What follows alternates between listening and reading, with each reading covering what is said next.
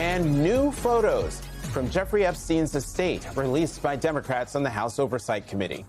We have just a portion of the 95,000 total images, which features some high-profile people, including a photo of President Trump surrounded by unidentified females. The redactions you see in this photo were done by the Democrats on the committee.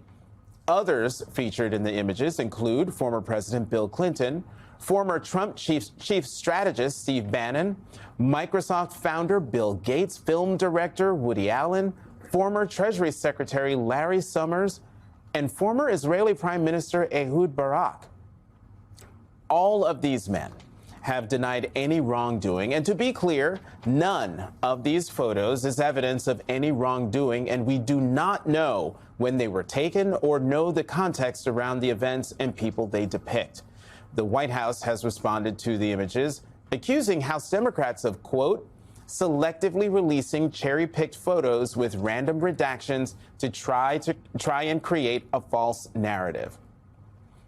And last night, President Trump dismissed the importance of the release of the photos.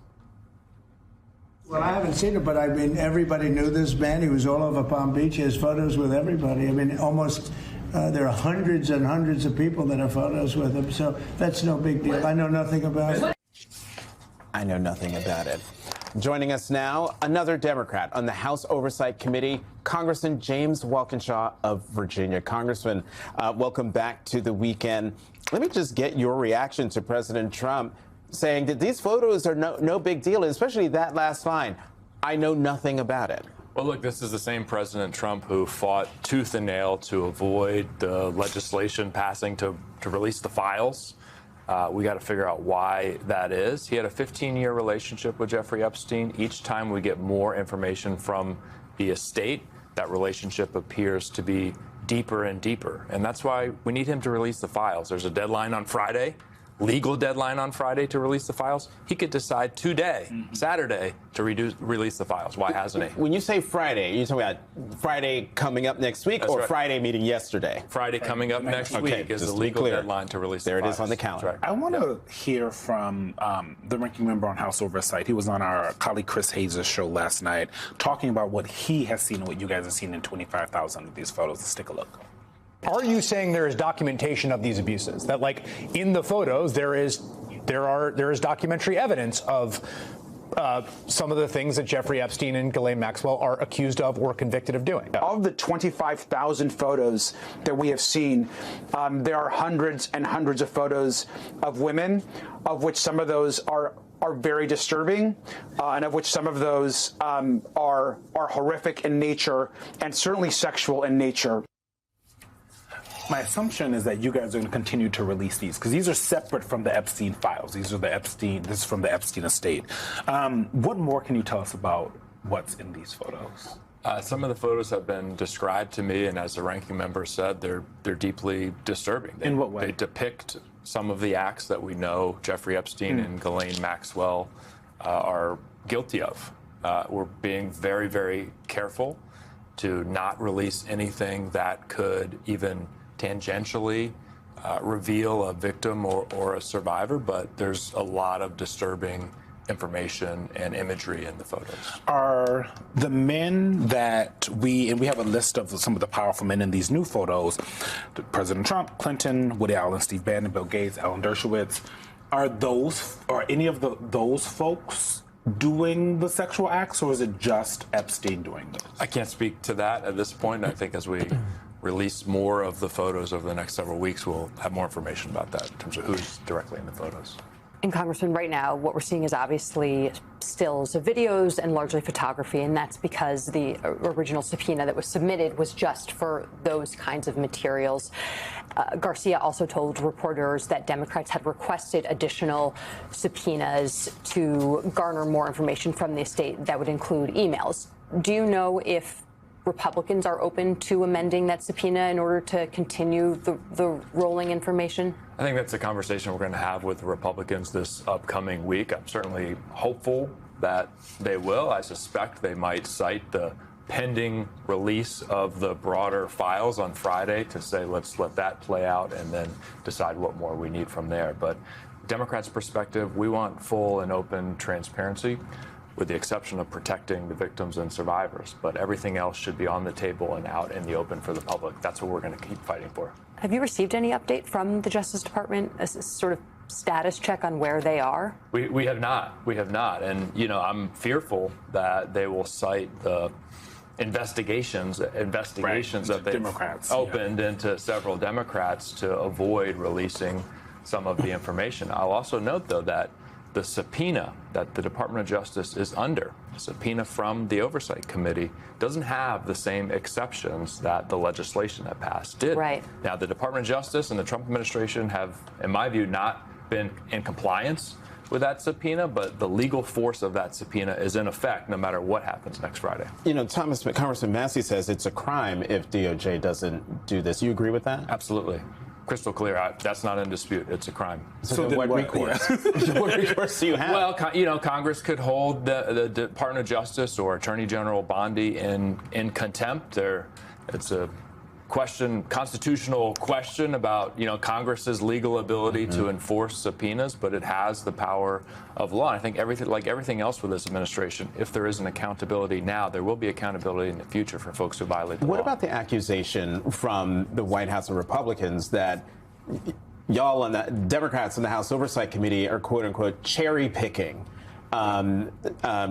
photos and documents to release to the public? Any truth in that? I think if we had only released the documents that connect Donald Trump to Jeffrey Epstein, that would be a valid criticism. Yeah. But as we saw in this release of documents and previous release of documents, we've released the documents that include Democrats as well, very prominent Democrats. So our Bill Clinton up and then through the pictures. Yeah, that's right. Our view is follow the investigation wherever it leads. Doesn't matter whether they're Democrats, Republicans, or anything else. We want to get transparency and hopefully, ultimately, some closure for the survivors. One thing from Bill Clinton, because I said his name, you know, we invoke someone's name, yes, I got to read their statement. I apologize. Okay. President Clinton knows nothing about the terrible crimes Jeffrey Epstein pleaded guilty to in Florida some years ago, or those with which he has been recently charged in New York. This is from July 8th, 2019, of course. One question that I have, and I think a lot of people do, is why the drip drip? Right, so you guys have 95,000, I think, is the overall number. Your ranking member says you've looked at 25,000. Why the drip drip? Why not just release them all the photos and what you have from the Epstein estate at once, or wait until you can redact and all of that and release them then at once? Well, we received the 95,000 photos just a couple days ago, and a relatively small staff have been working around the clock to review them, make sure all the victims and survivors are protected. And I think you'll see more release moving forward as soon as we're comfortable that their release won't reveal any information related to the victims or the survivors. I think if we had just waited to do the review for weeks and weeks and weeks, I think we could have been charged being guilty of covering up and not giving the public the information that we had. So we want to get it out to the public as quickly as we can, recognizing the need for us to be responsible with respect to the survivors and victims. How does the staff, how do you guys decide which pictures to put out first? Because, you know, the ones that were chosen, not incendiary, but like very prominent folks that are in these pictures, right? How do you guys choose those photos over others? Well, one, the photos that were released, a number of them don't include prominent folks, and some of them are relatively anodyne. Right. The ones that property. Yeah, some are just photos of the property. Yeah. Obviously, those that people are interested in and get attention and media coverage are those that include prominent figures. So we release photos with and without prominent figures in this batch. How do you choose them? It's based on what has been reviewed, and a lot of the information, the photos are duplicative in there, so it's what's been reviewed, make sure we're protecting the survivors, and provide some context to what's taking place here. But to get the full context, we need the files from the DOJ. Right. And Congressman, before we go, I want to get back to the Bill Clinton of it all, because it seems that the Clintons are now refusing to cooperate with the subpoena or with the request to come and testify before your committee. Oversight Chairman James Comer is now threatening to hold them in contempt for refusing that deposition. Why do you think they're not cooperating, and are Democrats going to agree to hold them in contempt? Well, I think, you know, the Clintons have released a statement related to President Clinton's limited interactions with Jeffrey Epstein many years ago. My view is, with respect to President Clinton or Secretary Clinton being deposed, I think they should be deposed when President Trump is deposed before our committee. And Chairman Comer could subpoena the president as well. Look, we have emails from Jeffrey Epstein saying that Donald Trump, quote, knew about the girls. We have emails from Jeffrey Epstein saying Donald Trump, quote, spent several hours with one of the girls in Epstein's home. Now, Epstein could have been lying in those emails, but we have That's what investigations are for. That's right. We have direct emails. So if we're going to question presidents and depose presidents, we should start with the current president, Donald Trump. Congressman, before, I know we're out of time, but I have to bring up, can we pull up still number 2? We've shown it several times as we've been talking. This is the one of Epstein meeting with Steve Bannon. They're sitting at the desk. If we can put that up, it's number 2 on our element sheet. Not that one. That one. Go. If folks looking at the computer, you see the computer screen. If you look to the left, there is a photo on the desk. There's a photo on the desk of someone, and I say someone because if you zoom in, there is a black square over a face. What is happening in that photo? That's a good question. It is one of the many disturbing images that are in these photos. It's obviously an image of a woman. And I think it begs the question for those who had long relationships with Jeffrey Epstein, spent a lot of time with him, how could they not have known what was taking place? How could they not have known the crimes that he was committing? Steve Bannon was working on a documentary about Jeffrey Epstein. He spent a lot of time with him. There was a trailer that came out. We have not seen the video or the rest of that video since that trailer came out a few years ago.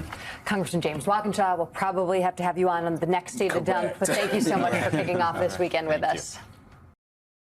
Well, joining us right now is the ranking member of the House Oversight Committee, our friend Congressman Robert Garcia of California. Welcome, sir. So, Congressman, most of the men in these photos, they've acknowledged relationships with Epstein, but they've denied anything inappropriate or illegal.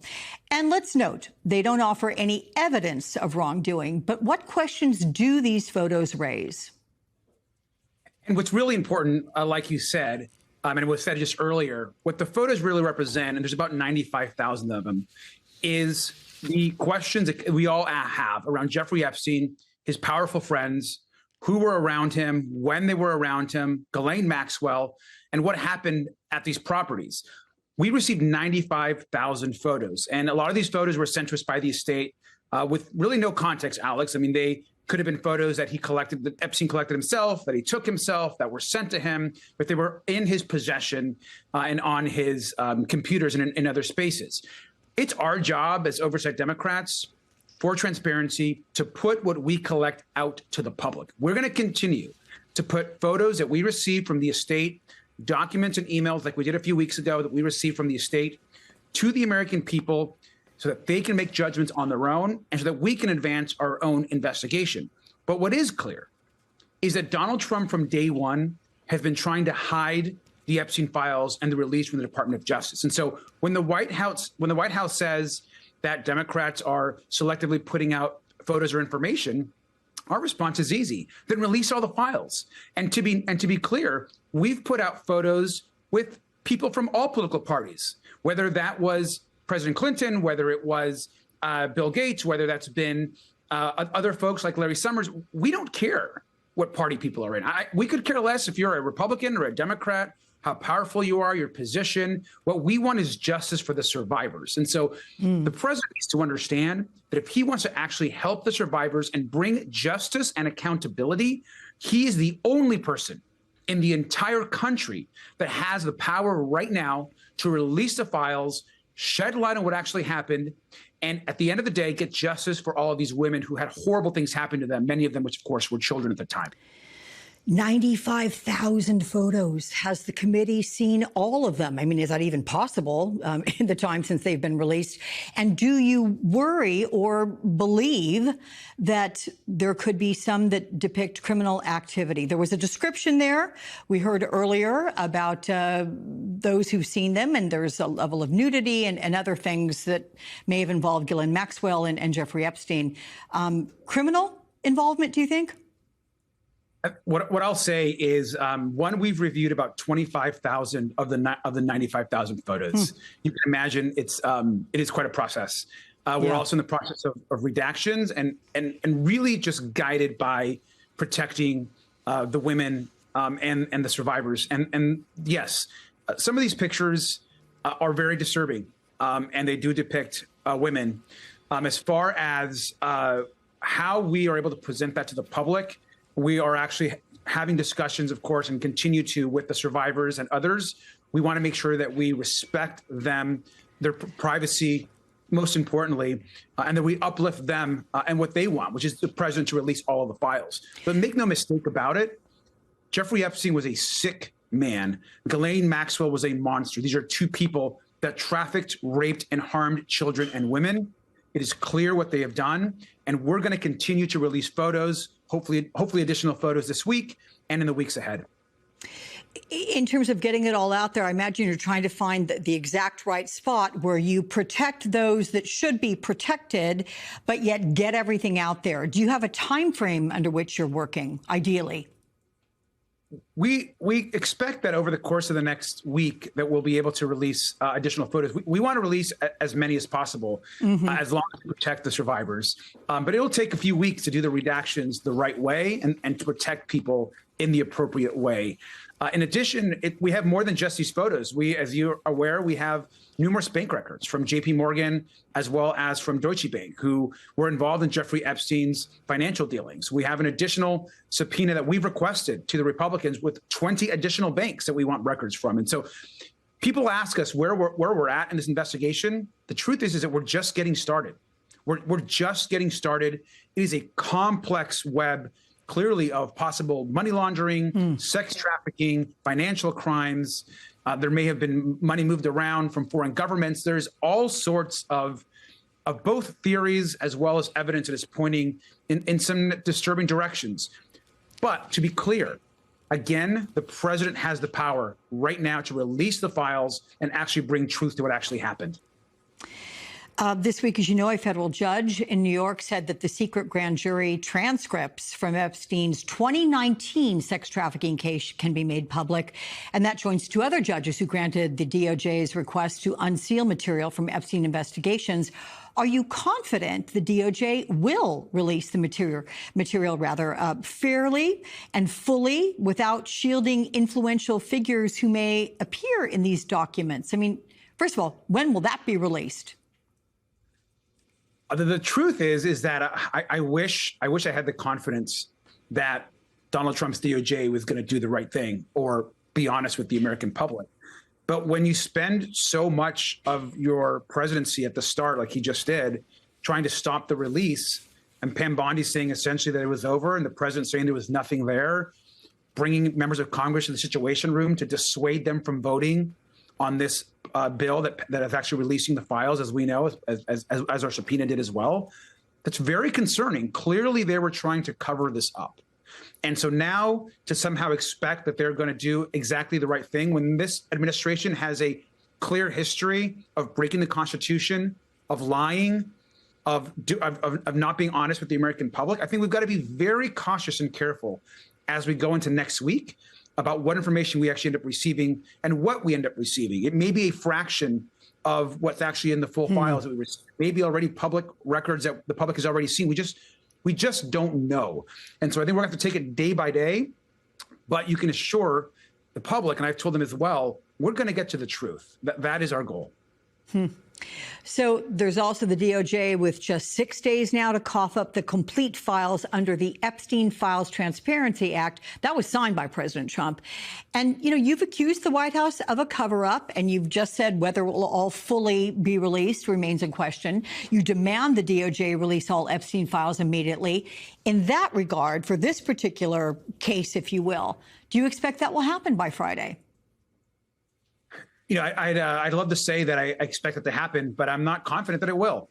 I think that it's a possibility that come Friday we'll get some documents or a limited amount of documents, or they'll be selectively released and others won't be. There's a possibility that we can get so many redactions it'll be hard to actually know what is actually in the file. So we just don't know what the DOJ is going to send us. The only thing that we know is past behavior. And past behavior has been pretty clear that they've tried to fight the release of these documents. And so that's all that we can center our work on. I will say one other thing. We have talked to and have heard from folks and agents that have worked to put these files together. We know there are hundreds of FBI agents and others that have worked really hard because they believe in this country and they believe in justice, to put these files, and they've seen some of the portions of these files at the DOJ. And so I have to imagine that it'll be very hard for over a long period of time for the White House to continue to hide this when there are so many patriotic men and women that want justice and that work in our government in the Department of Justice. And I imagine that does cross party lines, certainly to a degree. Let me ask you one more question on the Oversight Committee having teamed up with the Senate Subcommittee on Investigations for a hearing on wrongful detentions and abuse by federal immigration agents. You heard emotional testimony this week from people detained despite being U.S. citizens or having on them proper documentation, including an Iraq War veteran. What concrete steps should Congress take to hold DHS accountable for what appears to be a systemic pattern of abuse? I mean, it's outrageous that over 170 United States citizens have been detained, many of them with no due process, no access to a telephone, no access to actually calling their family.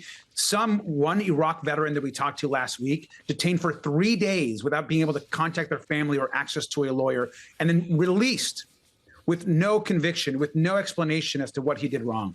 This is happening across the country to our very own United States citizens, let alone people that might be here on a work permit or that are non-citizens.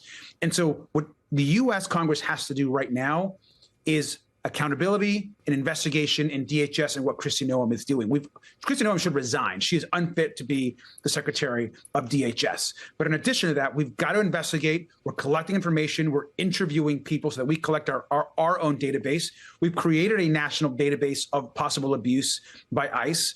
And certainly we're going to ensure that folks that committed harm, we are going to hold them accountable through the courts and through legislative action. And at the end of the day, we need to get to a place in this country where we actually pass immigration reform that protects the border and that actually provides pathways to people that are here to work and want to make our country better. Okay. California Congressman Robert Garcia, always a pleasure, my friend. Thank you so much.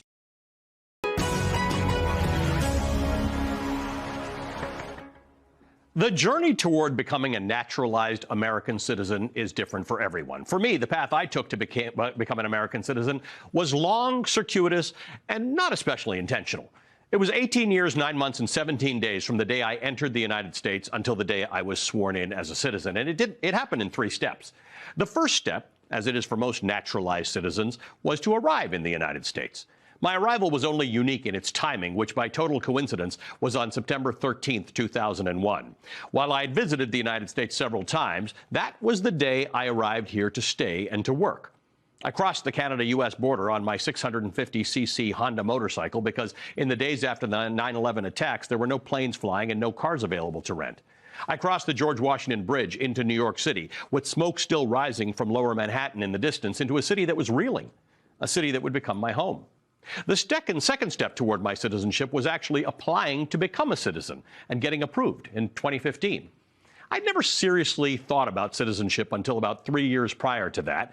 A colleague at the time, another Canadian, explained to me that being a citizen of this country is not something to be taken lightly. You live in this country, you benefit from its services and infrastructure, and if you're planning to stay here, that comes with rights and responsibilities. And so I decided to take up those rights and responsibilities and start the process of becoming a naturalized U.S. citizen.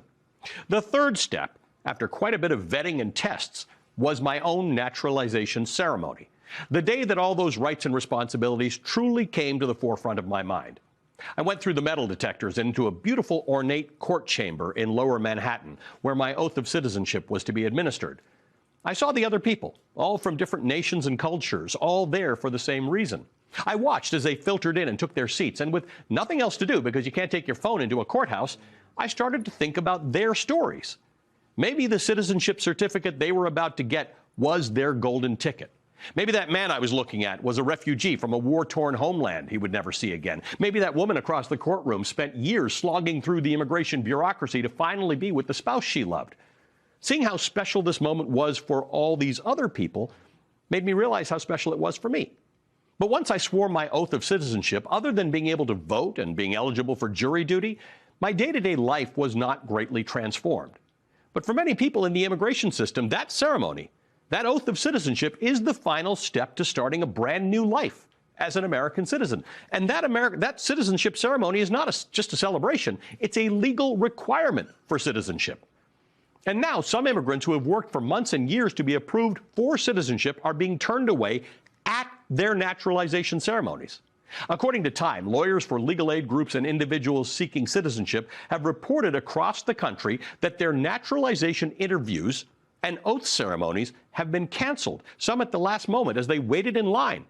Those cancellations at the last stage of a bureaucratic journey that can last for years have caused chaos and confusion for thousands of immigrants who did everything by the book.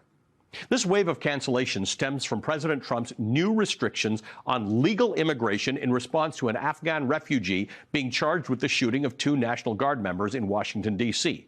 Trump has imposed new travel and visa restrictions on immigrants hailing from 19 specific countries. According to an immigration advocate who spoke to Time, one woman showed up to her citizenship ceremony and was asked what her country of origin was. When she told them Haiti, she was pulled out of the line and was told that her ceremony had been canceled. The U.S. Citizenship and Immigration Services says, quote, "It has paused all adjudications for aliens from high-risk countries while USCIS works to ensure that all aliens from these countries are vetted and screened to the maximum degree possible," end quote. The use of the term alien is theirs, not ours. Now, let me emphasize this. Those who have made it to the final step of a citizenship ceremony have already been approved for citizenship. They've been vetted for months. In general, they would have already been lawful permanent residents of the United States for 3 to 5 years prior to their citizenship ceremony. They've met the continuous residency and physical presence requirements. They've passed the English and U.S. civics tests, which the Trump administration has made harder. This year, the administration reinstated a more difficult civics exam and ramped up social media vetting for those seeking to become a naturalized citizen. And as I said, these citizenship ceremonies, while meant to be a final formality, are mandatory for citizenship. It's not like if you miss your college graduation ceremony, they'll send you a diploma in the mail. You must attend a ceremony in order to take an oath of citizenship, and you must take the oath in order to receive a certification, a certificate of naturalization. It says it right here on the USCIS website. You are not a U.S. citizen until you take the oath of allegiance at a naturalization ceremony. You will receive your certificate of naturalization after taking the oath of allegiance. After those ceremonies, citizens can apply for a U.S. passport. They can apply for their family to come to the United States. That certificate is supposed to prevent deportation. This is simply cruel. There's no other way to describe it. These immigrants have done everything right. They've done everything by the book. Their long-held and hard-fought dream of becoming an American citizen is just within reach. And then it's gone. The oath-taking ceremony is supposed to be the end of one journey and the start of another, marked with emotional cheers, small American flags waved by proud family members, the flashing of lights and cameras, preserving lifelong memories, maybe a sheet cake with red, white, and blue frosting, and a new sense of responsibility to the United States of America. Instead, the Trump administration has stained this milestone with fear and uncertainty, because now those would-be U.S. citizens are scared that their own naturalization ceremony is just another trap. And now many are in limbo. Donald Trump claims his immigration crackdown is about getting the worst of the worst, the criminals, the murderers, the rapists, and the drug dealers. That's not what this is. Now they're targeting and punishing people who have followed all the rules and pathways to citizenship. This is an assault on legal immigration.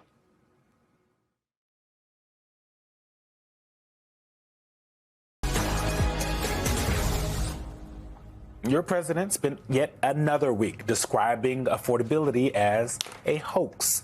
And surprise, surprise, that message doesn't appear to be resonating with the American people. A new AP poll shows Trump's economic approval rating at a record low, with just 31% approving his handling of the economy. And judging by his social media feed, the president has taken notice. On Thursday, he took to Truth Social to plead, quote, "When will I get credit for having created perhaps the greatest economy in the history of our country? When will the fake polls show that I am doing a great job on the economy and much more? Thank you." probably when the economy's better. Maybe that's when it's going to happen. As inflation, come on now, right? As inflation continues to rise, thanks in part to the president's tariffs, Trump is doing his best to shift the blame to who else? Former President Biden. I inherited very simply the highest prices in history, and I'm bringing them down really fast, led by energy. And when energy comes down, everything else comes down. But I've only been here a short while, and we gave them a beautiful, beautiful thing, and they destroyed it. Joining us now, Democratic Congresswoman Madeleine Dean of Pennsylvania. Congresswoman, thank you so much for joining us. I actually want to go to another Democratic president as well, because what Trump has been doing reminded me of something other presidents have tried. Let's look at E4. All of us must learn to waste less energy. Simply by keeping our thermostats, for instance, at 65 degrees in the daytime and 55 degrees at night, we could save half the current shortage of natural gas. There's no way that I or anyone else in the government can solve our energy problems if you are not willing to help. Congressman, what's interesting is that telling people that they have to do something in order to fix their own problems only goes so far, right? We've seen presidents try this over and over and over again. President Trump's version of it is to call it a hoax and a conjure. So there's a little bit of a difference in that. How do you think that, when you talk to folks in your district, especially Republicans, how is this landing with them? Oh my, that brings back memories, President Carter in those days, and my father converting a fireplace into a wood-burning stove in order to conserve heat in our house. Oh, wow. But in my district and throughout Pennsylvania, this is not landing well at all. The price of electricity is already up 15%. Add that to the price of groceries. Add that to our problem with health care that Republicans are just so inept and unable to deal with. Affordability is a big problem. And let's think about it. Mr. Trump has been in office nearly a year, and he's not a newbie. He was here before. And so this tired, rambling speech that he gave at a casino of all places in the Poconos and blaming sleepy, I won't say the rest of the phrase that he used, son of a President Biden, it's not landing. It's rambling, it's unserious, but it's also very, very dangerous because it shows that the president doesn't get their pain. He doesn't get what's costing them more, and he's not doing anything about it. And Congresswoman, it shows that the president's not telling the truth. In the sound that we played in Eugene's intro, he says about the high prices, and I'm bringing them down really fast, led by energy. In your own state, the Washington Post reported last month, in Pennsylvania, more than 270,000 households have had power shut off this year, up 21%. And just to put this into even bigger context, electricity bills have gone up 13% since January. So talk more about that, about how prices are going through the roof. Some people might say, have the president point to, lower gas prices, but great. Tiny decrease in gas prices, but your electricity bills are going up. Well, that's exactly right. And that is really true here in Montgomery and Berks counties. And today I'm going with other members of Congress to a town hall in Scranton, Pennsylvania, where they are feeling the pinch also. As I said, prices for electricity up 15%. That adds up. Then you add the tariffs. So with your Christmas and holiday shopping, you're going to be spending a couple $100 more than you would have last year. You go to the grocery store. I know the president touts that eggs are down, but he has failed to talk about coffee up 15%, beef up 20%, bananas up 7%. Prices are up.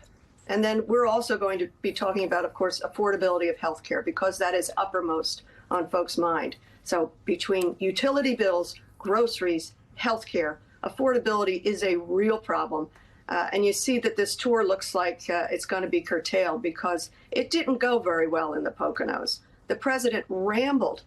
He had no interest in purveying the truth, as you point out. And he spent so much time on President Biden and what he inherited. He inherited something better than he's talking about. He inherited economy improving, and he has tanked it. And yet, Congresswoman, we still see Trump trying to hang on to some of these positive macroeconomic indicators that he likes to point to, such as the stock market, and most recently, as of this week, pointing to changes at the Federal Reserve. He says he's now going to be likely to recommend Fed rates if he gets his pick in place and is able to oust the current chairman. I want to get your response to his comments on this on the other side. How big a role do you want to personally play in the decision by the Fed on interest rates? Well, you know, I've made a lot of money. I've been very successful, and I think my role should be at least that of recommending. They don't have to follow what I say, but we're going to be choosing a new Fed person in the pretty near future. A few questions for you on this is, one, how unusual is it for the president to be so intimately involved with the Federal Reserve, going so far as to threaten to apply pressure onto his hand-picked replacement for Jerome Powell? And then, when in your conversations with your constituents and voters, do they care about who the Federal Reserve chair is? I mean, is the lowering of interest rates translating to easing any pain for your constituents? All grown-ups know that the Fed is important in its independence from any administration. It is globally important for that reason. So for the president to say he'd like to be more involved, which we know, just like he's very involved in the Department of Justice, which should be independent. My constituents care about interest rates, and you saw what Fed Chair said. He's talking about the cooled-off job market. The president is not doing anything to increase jobs. If anything, he's hurting the job market. With his ICE raids and everything else. The hit to GDP as a result of what this president is doing is staggering. So it's no doubt, and it's not a surprise, that his ratings on the economy are at 31%. But boy, oh boy, his folks ought to get this somewhat under control, because we are heading into 2026. And the real pain that my constituents and Pennsylvanians are feeling as they shed their health insurance because they simply can't afford it, which will make health insurance more expensive for all of us and health outcomes worse. The president needs to keep his fingers out of the Fed, out of the Department of Justice, but you and I know he won't. The other thing that it reveals is he's made a lot of money. Watch him. He's making money every single day right there in the Oval Office. And to put a finer point on that 31% economic approval rating, his support on the economy among Republicans is down 9% since March. Congresswoman Madeleine Dean of Pennsylvania, thank you very much, as always, for coming to the weekend.